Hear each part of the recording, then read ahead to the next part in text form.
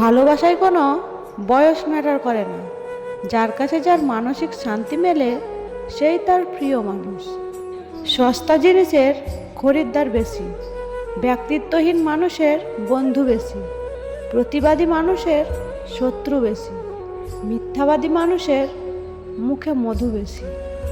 সম্পর্ক যদি ভাবনার সাথে মিশে যায় তবে তা ভাঙা মুশকিল, আর যদি তা স্বার্থের সাথে মিলে যায় তাহলে তা টেকানো মুশকিল।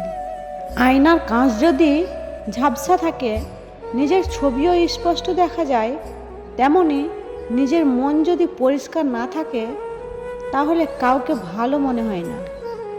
বন্ধুত্ব হোক বা ভালোবাসা, দুটোর একটাই পাসওয়ার্ড, সেটা হলো বিশ্বাস।